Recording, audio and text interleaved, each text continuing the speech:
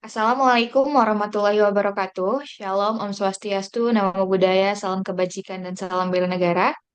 Perkenalkan kami dari kelompok Operasi Sukses. Di sini kami akan mempresentasikan hasil kerja kami dengan judul implementasi algoritma dan pemrograman untuk pemecahan masalah nyata. Sebelumnya izinkan kami untuk memperkenalkan diri kami masing-masing. Perkenalkan, nama saya Zaskia Alifa dengan NIM 24105111156 dan rekan-rekan saya. Perkenalkan, nama saya Sultan Fadul Gifari dengan NIM 2410 511148. Perkenalkan, nama saya Ferrandu Widya Putra dengan NIM 24105111147. Saya Muhammad Rafa Ramadan Lubis dengan NIM 24105111162.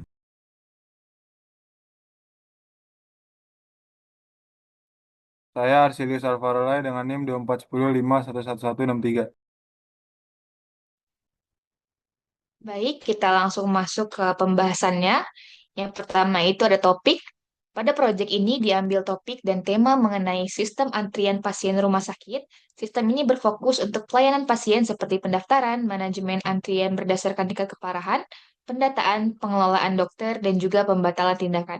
Sistem ini memiliki tujuan sebagai pembuktian bahwa logika dan alur pemrograman dapat diimplementasikan dalam kehidupan nyata. Selanjutnya akan dijelaskan oleh teman-teman saya. Selanjutnya ada pemilihan struktur data. Yang pertama itu priority QW. Fungsi priority QW untuk menangani pasien yang masuk rumah sakit berdasarkan tingkat penyakitnya. Priority ini mengutamakan pasien yang memiliki tingkat sakit yang lebih berbahaya. Dan dalam program ini, operator di override untuk memprioritaskan acuan pasien sesuai prioritas. Yang kedua itu ada QW. Fungsi dari QW sendiri untuk menyimpan nama pasien dan menangani pasien jika tidak ada pasien prioritas. Jadi QW ini menggunakan FIFO first in first out di mana jika tidak ada pasien prioritas, maka pasien yang mendaftar di awal akan ditangani duluan. Yang ketiga itu ada stack. Untuk menyimpan semua data pasien yang sudah diproses dan bisa juga digunakan sebagai fitur untuk membatalkan proses terakhir atau unduh. Stack sendiri bersifat bersifat FIFO last in first out. Jadi fitur ini digunakan untuk membatalkan proses terakhir karena kita hanya perlu menghapus data pasien yang terakhir diproses. Yang keempat itu ada list. List ini bertujuan untuk menyimpan nama dari dokter termasuk nama dan keahlian dokter tersebut di bidangnya. List dapat menambah atau menghapus data dokter secara simpel terutama saat jumlah dokter yang berubah-ubah. Yang kelima itu ada map. Map digunakan untuk menyimpan semua data pasien dengan kode ID yang unik. Map menyimpan data dalam key value, di mana key ID pasien dan value data pasien. Jadi dengan map dapat mencari data pasien dengan cepat. Yang selanjutnya itu yang keenam ada vektor. Vektor bertujuan untuk menyimpan semua aktivitas yang sudah terjadi seperti tambah pasien, dokter, dan seterusnya. Jadi vektor bisa menambah elemen secara dinamis, mudah untuk disimpan ke dalam log, dan mudah untuk disimpan ke CSV karena program ini menggunakan CSV. Selanjutnya akan dijelaskan oleh teman saya. Oke, lanjut di sini ke penjelasan kode program. Jadi yang pertama ini ada struct pasien.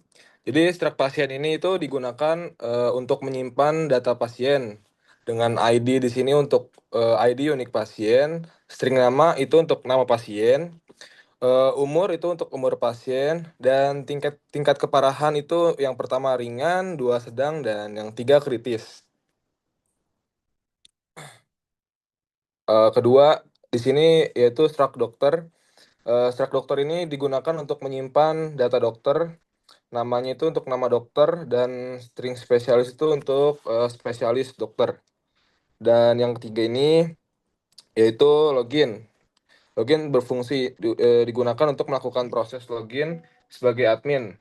Pengguna diminta memasukkan username dan password. Jika sesuai dengan nilai yang telah ditentukan, yaitu admin dan passwordnya itu 123, maka login berhasil. Jika tidak sama, program akan berhenti.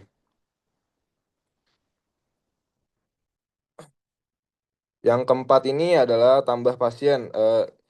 Data ini digunakan untuk menambahkan pasien baru ke dalam sistem. Data pasien yang dimasukkan jadi meliputi ID, nama, umur, dan tingkat keparahan. Satu itu ringan, dua itu sedang, tiga itu kritis. Berdasarkan tingkat keparahannya, pasien akan dimasukkan ke antrian umum atau prioritas. Pasien juga dicatat ke dalam database.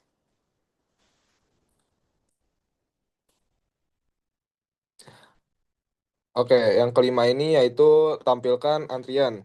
Eh, Menampilkan daftar pasien yang sedang menunggu dalam antrian prioritas dan antrian umum. Karena priority queue dan queue tidak bisa diakses langsung, maka dibuat salinan. Sementara agar antrian asli tidak berubah.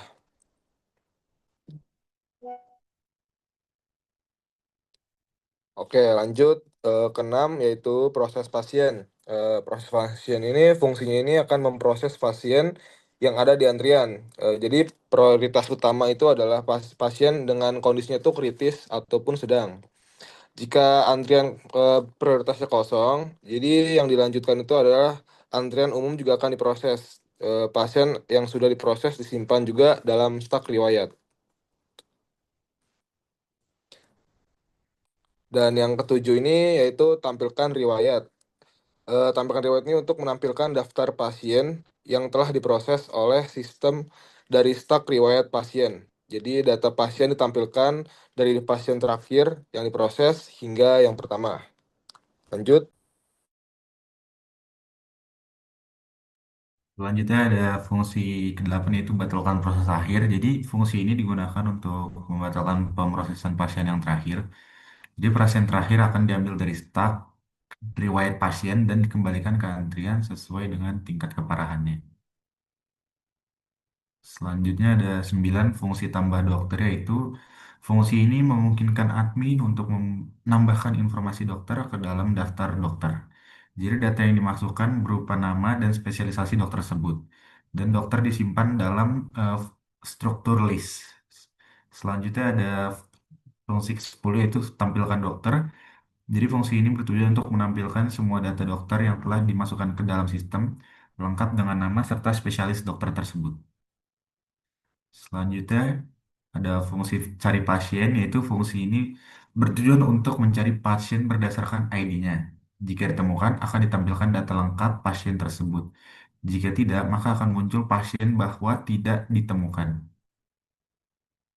Selanjutnya ada tampilkan log aktivitas. Jadi fungsi ini menampilkan semua log aktivitas yang sudah tercatat ke dalam sistem sejak program dijalankan. Jadi aktivitas ini ditampilkan satu persatu secara berurutan.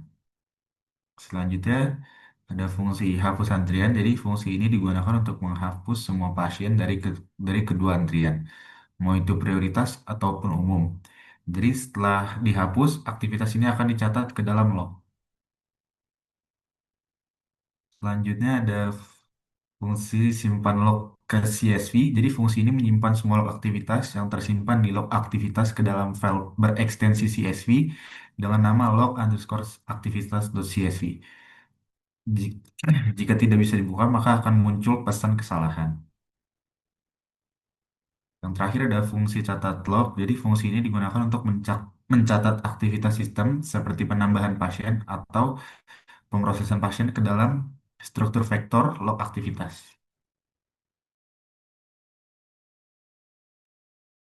Selanjutnya ada fungsi utama dan kebermanfaatan program. Yang pertama itu fungsi utama program, yaitu program mencakup berbagai fungsi seperti login admin, penambahan pasien dan dokter, pemrosesan pasien, serta pencatatan log aktivitas.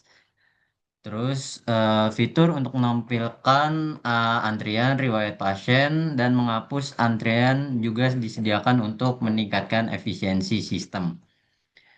Selanjutnya, yang kedua itu implementasi dan manfaat dari program ini. Sistem ini tidak hanya berfungsi untuk mengelola antrian pasien, tapi sistem ini memberikan kemudahan dalam pengelolaan data dokter dan pasien.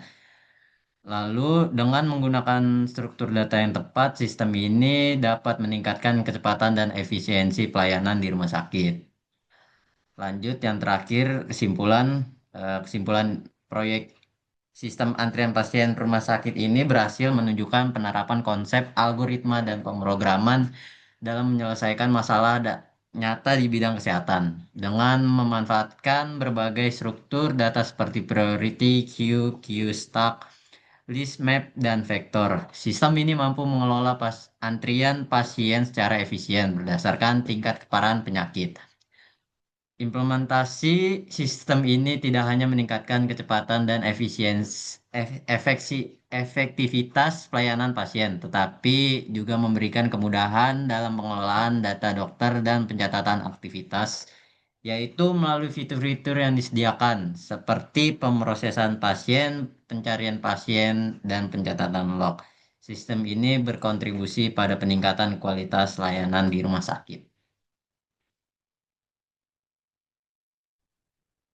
Baik, sekian dari kami.